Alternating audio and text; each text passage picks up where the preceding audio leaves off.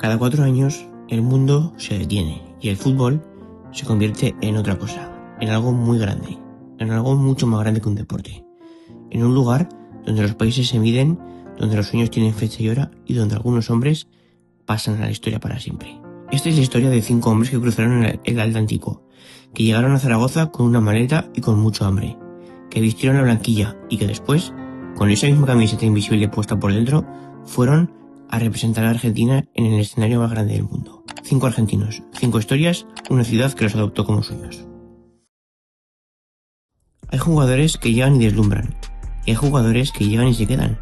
Leo Ponzio fue de los segundos, y eso, con el tiempo, es algo mucho más difícil de conseguir. Llegó de Newell's Old Boys en 2003, cuando el Real Zaragoza regresaba a Primera División, y lo que podía haber sido una temporada más se convirtió en 8 años de vida zaragocista, repartidos en 2 etapas diferentes. 245 partidos. El jugador extranjero con más apariciones en la historia del club. Ganó la Copa del Rey en 2004, ganó la Supercopa. Fue uno de los pilares de los mejores años del Real Zaragoza en la era moderna. Y cuando todo acabó, volvió a Argentina para seguir escribiendo historia en el River Plate. 8 veces vistió el albiceleste, 8 veces representó a su país. No es el número más grande de la lista, pero Ponzio nunca fue de números, fue de gestos, de entrega, de ser el que hace funcionar el engranaje cuando nadie mira. Hay un tipo de amor al fútbol que no aparece en los resúmenes de goles. Ponzio le tenía ese amor y la Romareda lo vimos.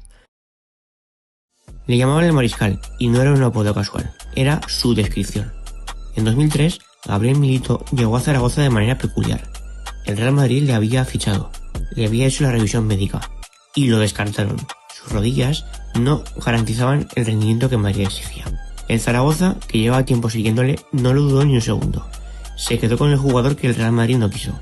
Y durante 4 años, ese jugador fue el mejor central de la historia reciente del club.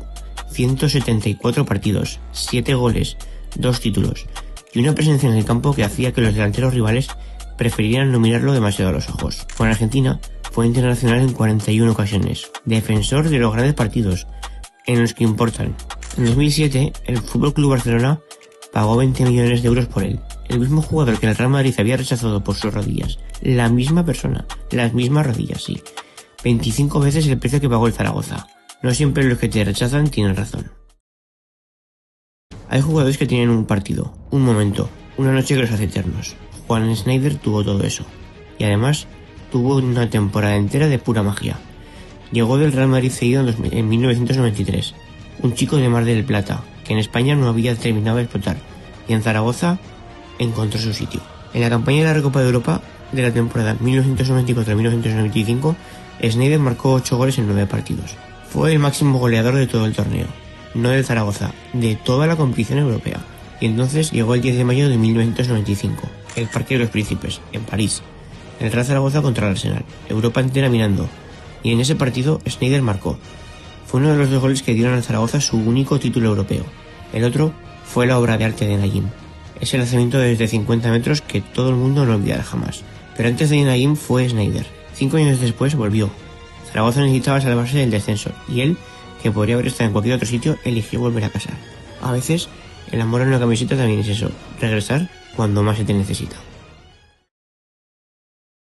Si Gabriel llegó al Zaragoza y esperó a su hermano, Diego llegó porque su hermano ya estaba. Y juntos, en la Romareda, escribieron algunos de los mejores capítulos del club en el siglo XXI. Diego Milito no era como la mayoría de los delanteros. No gritaba, no se revolvía. Llegaba al área con una calma que parecía casi calculada, como si el tiempo fuera más lento para él que para los demás, y entonces disparaba. El 9 de febrero de 2006, el Real Zaragoza goleó al Real Madrid 6-1 en la Romareda. Diego Milito fue el protagonista en una de las noches más increíbles que ha vivido ese estadio. Una noche que los que estaban allí todavía cuentan con los ojos brillantes. Después de Zaragoza vino el Inter de Milán, y allí, en la noche más grande del fútbol de clubes, Diego Milito marcó los 2 goles de la final de la Champions League 2010. 2 goles, la Copa del Mundo de los clubes. En la final, él solo. Zaragoza lo vio crecer, el mundo lo vio brillar. Con Argentina, representó a su país en los momentos más importantes. Fue el delantero que muchos entrenadores quisieron, y el que Zaragoza tuvo la suerte de disfrutar primero. Hay historias que necesitan tiempo para contarse bien. La de Jorge Valdano es una de ellas. Llegó al Zaragoza en el año 1979, procedente del Alavés. Tenía 23 años y una forma de jugar que hacía que los aficionados dejaran de mirar el balón para mirarle a él, alto, elegante, inteligente, un delantero que pensaba el fútbol antes de ejecutarlo. 5 temporadas, 143 partidos, 46 goles. Pero los números nunca cuentan todo de Valdano. Valdano era algo más difícil de medir, era la capacidad de hacer que el fútbol pareciera literatura. En esos 5 años, Zaragoza lo adoptó como suyo, y él adoptó a Zaragoza. Aprendió a habitar esta ciudad del Ebro, esta tierra donde el cierzo te recuerda que estás vivo, y cuando en 1984 el Real Madrid llamó a su puerta se fue, como tiene que irse uno cuando le llama a Madrid, pero con la blanquilla tatuada en algún lugar del pecho. En el verano de 1986, Argentina fue a México a ganar el Mundial, y lo ganó. Jorge Valdano jugó todos los partidos del torneo, 7 encuentros, sin perderse uno. Fue uno de los máximos goleadores del equipo campeón, y el 29 de junio de 1986, en el Estadio Azteca de la Ciudad de México, frente a Alemania en la final, marcó el segundo gol de Argentina.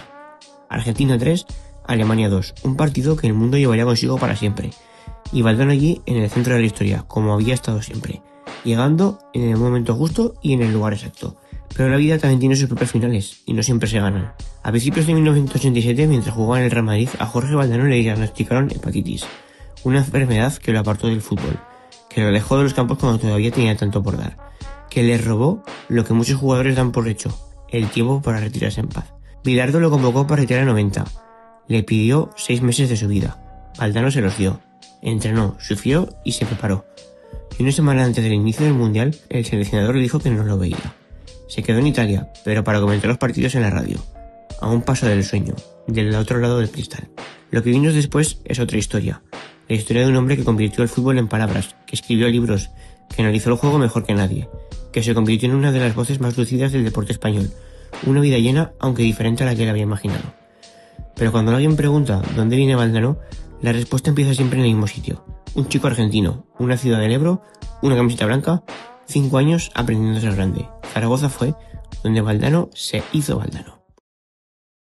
Leo Ponce, Gabriel Milito, Juan Eduardo Schneider, Diego Milito, Jorge Valdano. 5 argentinos que cruzaron un océano y encontraron en Zaragoza su segunda casa, que vistieron la blanquilla con orgullo y que después llevaron a sus selecciones algo de esa tierra baña. Ese espíritu de club con historia y con alma. El fútbol tiene esa capacidad extraña y hermosa de conectar lugares que no tienen nada en común. Buenos Aires y Zaragoza, el Río de la Plata y el Ebro, la albiceleste y la blanquilla. Y mientras el mundo sigue su mundial, nosotros recordamos a los que antes de representar a su nación, representaron a esta ciudad, a este club. Hasta el próximo episodio.